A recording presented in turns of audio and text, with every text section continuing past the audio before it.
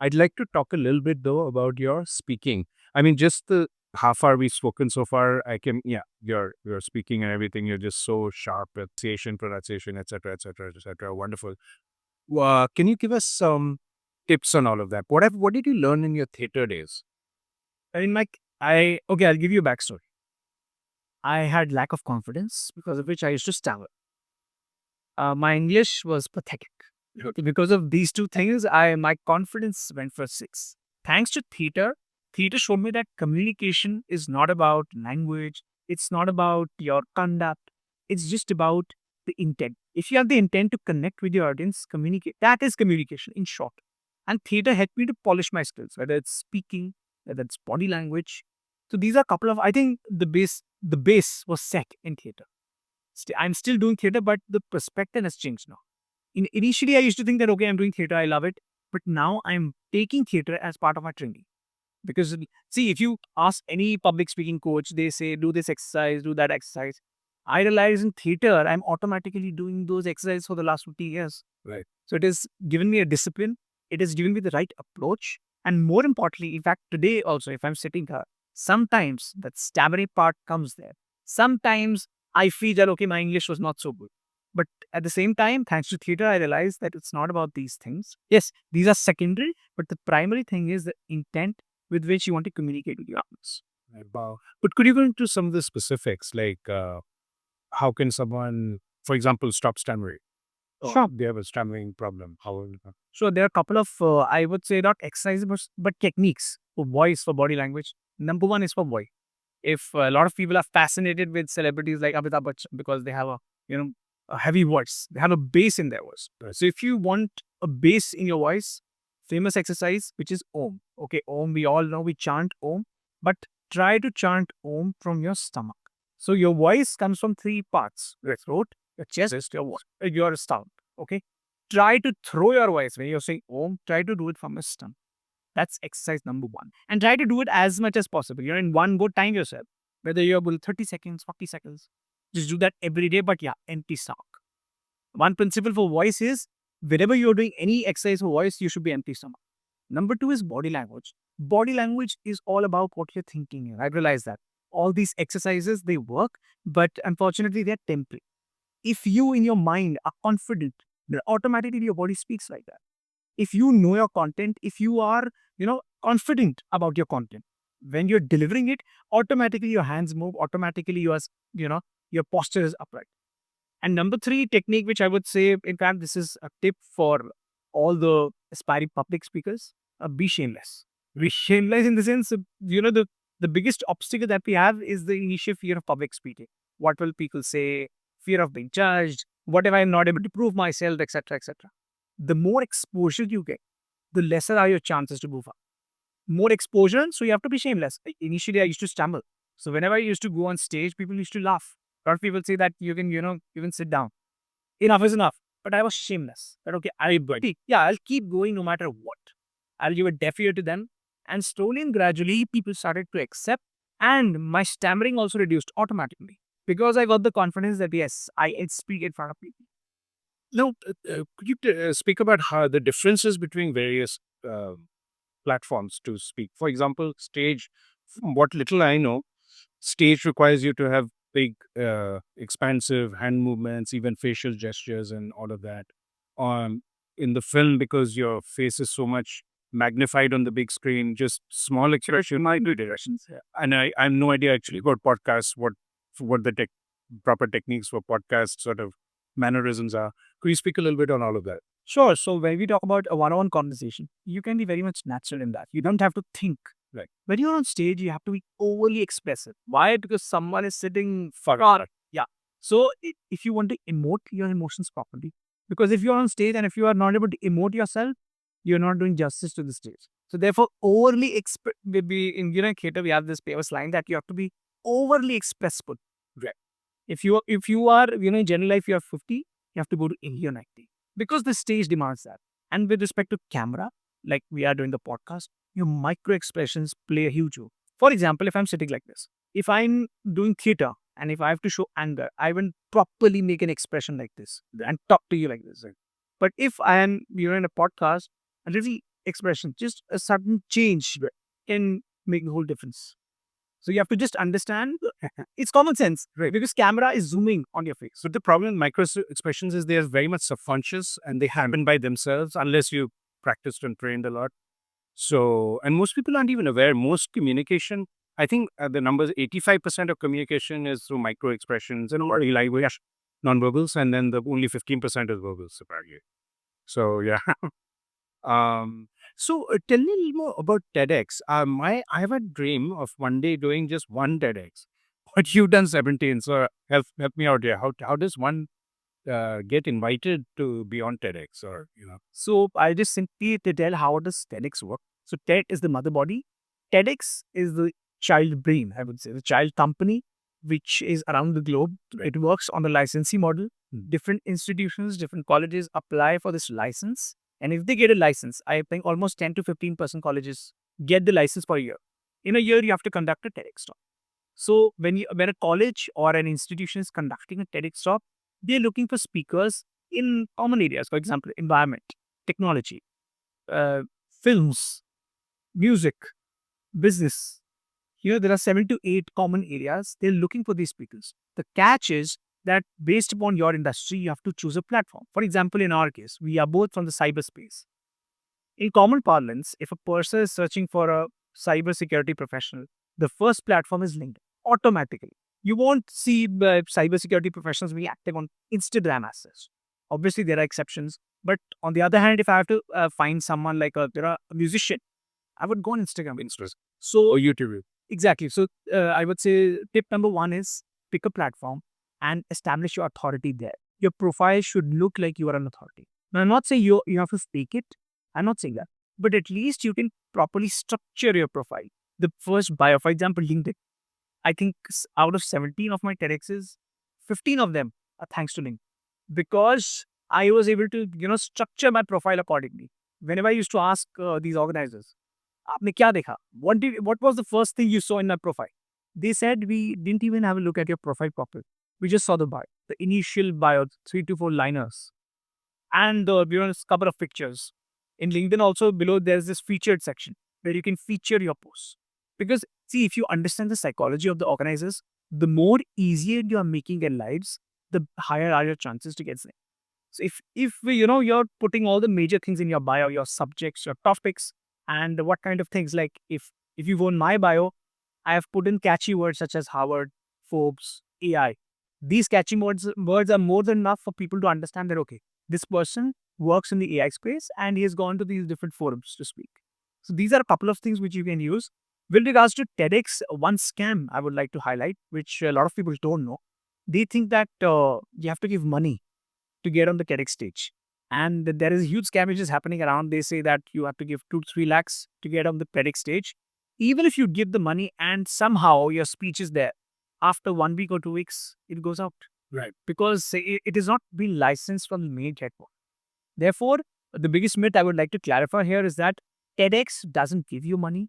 TEDx doesn't ask for. It's only an invite based program that is there. So these are a couple of things that you have to keep in mind. And yes, last thing, your topic should actually be valuable. Valuable not just for you. A lot of times as speakers, we have, it's like our child. We don't see that, in fact, we believe that this is valuable for everyone. But you have to be blunt enough and ask yourself, is your topic really valuable? Will it impact specifically the students? When I say students, college students, because in 90% of the cases, college students are the organizers. So if you see from their psychology, if this subject doesn't resonate with them, your chances of getting selected would be a little lesser. What are some common mistakes people make in public speaking, and how they could fix that? Number one, as I discussed, the fear of public speaking, be shameless. Number two, I would say this is the biggest mistake. They see public speaking or giving a speech as a speech. Now, what do I mean by that? I always say your speech is not a speech, but a conversation. Right. People don't look at public speaking as conversation. They look at something that, okay, I have to be on stage, I have to speak. They take themselves damn serious, which is not required. Right. Public speaking or speaking is just about the conversation. The difference is that, okay, you are just standing alone on a stage, but the more engaging you make or the other person, and my audience can be anyone, a single person, 10 people, 100 people. Right. The more engaging you can make, the more impacted you can make. And more importantly, the biggest click here is pick a topic which interests your audience. A lot of time we have this rigidity that, we'll only pick those topics which are our own favorites. Yeah, you're saying something. But how do I make it engaging when all I'm doing is speaking and there's no, like, in a typical TEDx, right? It is like a question and answer format, kind of like how we're doing, right? You just stand and you speak for 10 minutes, 15 minutes, half an hour, whatever the case might be. And then maybe at the end, there's a little bit of a Q&A session. And I don't think that even happens on TEDx's. So, how do you make it engaging when it's just one way, right? Couple of tips, practical tips. And I'll give you my own example. I went to this TEDx and there the audience was dead. They were literally there. They were not getting any response to any speaker. You have Lunch program. Yeah. They were not even interested in my speech was the last speech after 15 speakers. Oh boy. So I was thinking what to do. So tip number one, have a catchy hook. Catchy hook, you can say an abrupt statement. You can ask an important question. You can state a fact. For example, in this TEDx, when I went on stage, I simply said, sorry, I'm not giving this speech. I can't give this speech, I'm sorry. I literally walked off the stage when speech started. And people were surprised. What happened? This guy was here to give a speech, now he's walked off. That took their attention. Then I said, confused. Well, this was me 10 years back. I was I had this fear of public speaking. Nice. I grabbed their attention. Right. Number two, again, when I say engaging, you can ask questions. Questions, but not, a lot of people make this mistake and that they ask a question and then they are speaking. No, it's a dialogue. After almost 1 or 2 minutes of his speech, you should have an engaging question which you can ask others or ask about their opinions. That, okay, I believe in this XYZ. What do you think? Okay, what do you think? What do you think? What do you think? Another thing, which is that, see, it's all about perspective. I believe your speech is like a movie. So if you are an audience, you're going for a movie, you don't want monotony. You want something or the other to happen. With a comedy, an emotional moment. The same is with your speech. Your body language cannot be the same. Your voice modulation cannot be the same. Your content cannot be the same. Every 10 to 15 seconds, your audience is looking for a dopamine shot. And if you understand in today's parlance, our attention span has gone for a 6. We just want dopamine. Okay. And if you are a speaker who is giving them value and some dopamine shots, you're good to go. And the fourth principle, which I would say a lot of PT miss this, is that have a practical call to action. A lot of people give call to action, but a practical one. Practical in the sense which they can start applying right now. Yes. Not that, okay, we go home, study some books. No. Give a framework, give any practical tip, which they can, just straight away start to apply. So these are a couple of principles which you can actually use to make your audience, have an engaging conversation with them. Was there any particular speech or public speaking you did that stands out in your memory?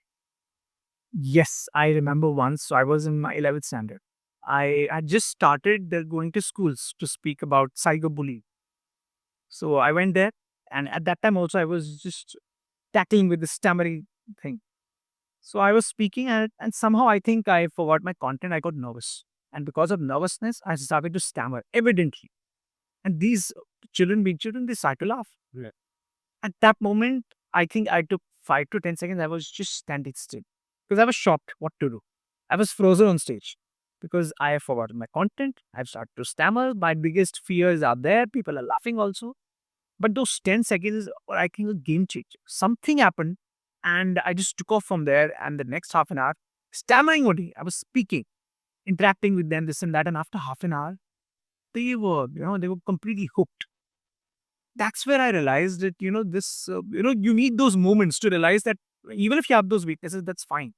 But if you have the intent to communicate with your audience, whether you're talking in Hindi, English, you're stammering, not stammering, anything, but that intent is genuine, the audience gauges that and, they get attached to your product. So that was a game-changing experience for me. After that, I've never been, had this nervousness with me. In fact, there's a confession I would like to make, which is that in my 17th TEDx, I think I've forgotten my content in more than 13 TEDx talks. When I was on stage, I went blank in all these 13 TEDx talks and it is there in the public domain. But at the same time, it was not evident from my face. So I know that I forgot the content completely. But if you look at it as a third person, you would say, no, it's all good. Yeah, yeah. You could, just one thought I had about your 11th standard, that incident. What you could have done was just say, look, see, that's an example of cyberbullying. I was just pretending to be stammering and look what you guys did. A really nice, cool way to have handled it. Well, actually, how did you transition from, all this advocacy, speaking and all that to now mentoring and teaching also others? Initially, law happened. I was doing my law. I knew that I'm good at speaking, but I never thought of doing some mentorship or coaching for individuals. But then TEDx happened. After a couple of TEDx's, a lot of my friends are coaches. So they suggested me that you should come in this mentoring space. It is a fulfilling space because you are empowering people and you have the skill. So I started taking individual classes initially, and then slowly and gradually people started to get results. Couple of my students straight away got a TEDx within 2 months or 3 months. So I got excited. They also got excited. And thanks to word of mouth, then corporates also came in. When the corporates came in, I realized that, okay, it's not just about public speaking, but my knowledge of cyberspace that these corporates want. So that's where I transition. And honestly speaking, it's fulfilling for me. Compared to quotes, I would be very much honest. Mentoring is much more satisfying. Oh, yeah. Because you are, first of all, empowering. Number two, you are seeing the results straight away. And that feeling of, when the person, your student, is getting the result, whether it's a corporate training, whether it's a one on one training, you can't mention that in words. You can't express that in words. That's simple. So that's where the transition is happening. And I'm sure right now also, some new things are coming up. So I'm just taking it one day. So, how do you have like a class that you hold, or how if someone wants to learn from you, how would they? There are two things. One is we have our own community, which we call as Speak to Empower Hub. So this is a hub where different individuals are coming, they're learning speaking, they're learning the methods to crack various forums, such as TEDx, and how to appear on a podcast, how to speak there, how to give paid gigs, etc., etc. So that hub is one where I take mentorship. That it's a course for 3 months to 6 months. Another thing, this is for top professionals, is I take appointment. We can have a proper call, because a lot of people, I remember a couple of days back also, someone came in and he was like, I'm a pro speaker. I don't need mentoring in speaking, but I just want to know the ways in which, I can crack TEDx, I can do this, that. So, okay, I was like, we can get on a consultation call. Okay. And I charge with that on an hourly basis. I don't know if you're willing to do this for free right now on this podcast, but did you want to maybe critique me? Like so far, we've podcasted for 50 minutes. And I don't mind this going public because at this point, at this age, the ego is kind of not what it was when I was 20, but and also the insecurity factor is there. What did I do right? What did I do wrong in this 50 minutes? Right. Well, I don't know if you have done theater or not, but your voice has depth. If it's natural or not, I don't know, but it has depth. Number one. Number two, you have command over English. Your pronunciation to your throat voice is perfect. What can be done better is the expressions part, which is that a lot of times, whenever, like, for example, we are talking right now, even if you are listening to me, but in most of the cases, our face doesn't say that. In a lot of cases, in most cases, I've seen that people are listening, okay, and they understand it. If I ask them, they understand everything, but their face doesn't tell. So one has to be really myself, micro expression. They're okay, I'm listening, a little nodding. Okay. Even if you're seriously listening also, but for the other person thinks that, okay, is this person listening or not? And number two is, I think you will get a little freak. I don't know whether this podcast thing is making you a little, out of place, because I think it's comparatively new for you, if I'm not wrong. I've done about 30, 40 podcasts, so I wouldn't say it's new, but maybe it's a suit and tie. Maybe it's a suit and tie. It's a little bit of stiff body language there. Huh. As you said, now you're mentioning the suit now, it's making sense. But yeah, that can be improved today. Okay, cool. No, that's great to hear the feedback. Cool. So we put your, if you're okay, the information about your classes and all that in the description of the video below. So folks, you can look at that and you can approach it. So what about the future? I'm curious about what the future holds for both Saakshar as well as AI. Will we have AI lawyers in 2050? When you say AI lawyers, are you talking about the robots or are you talking about the human beings? Maybe both combination. I don't know. A combination will be there for Yeah. sure.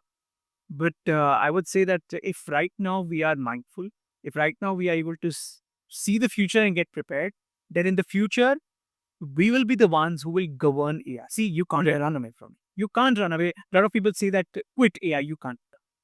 Let's be honest, AI is here to stay. Now it's your job to make a choice whether you want to escape or live in reality. If you're living in reality, then get prepared. Today, AI is impacting every other space, even things like creative space. As human beings, I always say our hypothesis with respect to technology is always wrong. Technology always surpasses our expectations.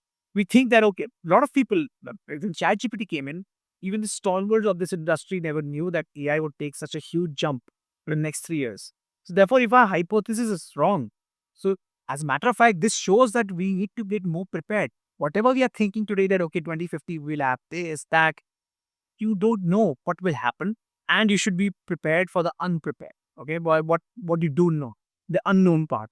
And number two is one interesting, I would not say phenomena, but a trend I am looking forward to is super intelligence. What is super intelligence? Well, OpenAI, 2 years back, they made this open statement publicly that we are working on this super intelligence project and we will launch this in 2027.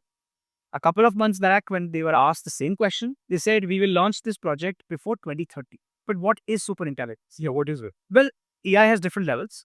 So, right now, today, we are standing in this level. Super intelligence is the topmost level. And by definition, super intelligence is that form of AI which is able to do those things which are beyond our imagination. Beyond, I'm not saying beyond our capacity, beyond that imagination. So, this is somewhere close to Rajnikant's movie Robot, somewhere close. I'm not saying completely, but somewhere we are going in that direction. And the best part is, OpenAI has proved. They had given their word about ChatGPT a couple of years back, and they proved it. So people are expecting that okay, this project will be very much. Thing. Yeah. Wow. Yeah, I'm definitely looking forward to that. But it's good to know, though, that I better be careful about my data and, just whatever I input into ChatGPT or wherever else. Because I don't know about you viewers, but it was definitely a revelation for me speaking with Saakshar today just now that, and these various AI tools, all that I'm inputting in is free for them to use and accumulate a database of. So, um, yeah, it's definitely, we've got to be on our toes. So, Sakshar, we are getting close to running out of time. Did you have any final bits of advice for anyone in, say, the startup world, entrepreneur, or even someone working at a company? Any advice, final? A couple of tips, not just tips. Maybe these are some principles that one has to keep in mind. Number one, take data and compliances seriously. If specifically if you are a corporate. Number two, don't be careless with your data. This is with regards to people. And number three, always believe that you are two steps behind of technology, of criminals as well. Yes. Why am I saying that? Because criminals are working 24/7 to find the loopholes in the system. And if we believe that, okay, criminals are 2 steps ahead of us, we will not be, we'll not be complacent, number one. Number two, we will always be alert. And if we are alert, then most of the cybercrime, if you're alert, you will try to get more aware. And during that time, when that cybercrime is taking place with you, your alertness will play a huge role in safeguarding yourself. Sakshar, one thing I've been planning to do, it, but I'm kind of thinking of modifying it a little bit. My original plan was to do straight to the camera video, and on my YouTube channel, I have some of those where I just give advice, and I don't have anyone else. It's just me speaking directly to the camera. Where I was going to talk about scams and what to watch out for about scammers, certain characteristics. When you red flags, yeah, red flags, and they all have similar characteristics. The pattern is the same. The patterns are very, very similar. But what I'm wondering now is maybe we have a second podcast where we just discuss scammers, maybe, and their psychology and the red flags to look out for and something like that. Maybe at some future point. Maybe you could do a Zoom call because Saakshar is not in Mumbai, he's in Delhi. But I don't know, possibly if you travel here again. So great. One last thing, Sakshar, where would anyone, whether it's a company or just an individual, learn more about this? Now, obviously, there's good old Google, but a little more specific than a Google search. Are there any resources you can point us to? Well, this is a common question that a lot of people ask me, and I always say YouTube. YouTube is the biggest library that I have, not a specific channel, but if you just write, let's say, data protection, okay, you will get various YouTube videos. But now, the biggest mistake that a lot of people do is that they just watch one or two videos and they're like, okay, it's fine. See, you can't trust one influencer, okay? You have to look at 10 videos and then make a conclusion that, okay, this is a fact. I have, honestly, if you ask me, I have only two resources. Number one is YouTube and Twitter. Twitter is fast also. Right. And sometimes I go on Google and I go on Google News, I write data protection, AI law, and things come up. And number two are books. Books, there are a lot of underrated books that are there right now. And yeah, but if a lot of people, because a lot of people say we don't have the time to read books. So I think the first option is good enough. YouTube. Cool, cool, cool. Well, thanks so much, Satya. That was amazing. It's one of the most interesting podcasts I've done. And all my podcasts are interesting, but this was special. No, it really was. Seriously, I'm not just saying that for the camera. So, folks, I hope you greatly enjoyed that as I did. Please comment below in under the video, and let's have a good lively discussion around this. All of Sakshar's information is going to be in the description below, as well as how to contact him for teaching and training. And other than that, thank you again, Sakshar, and hopefully we'll do another one. It's a pleasure, sir. Thank you.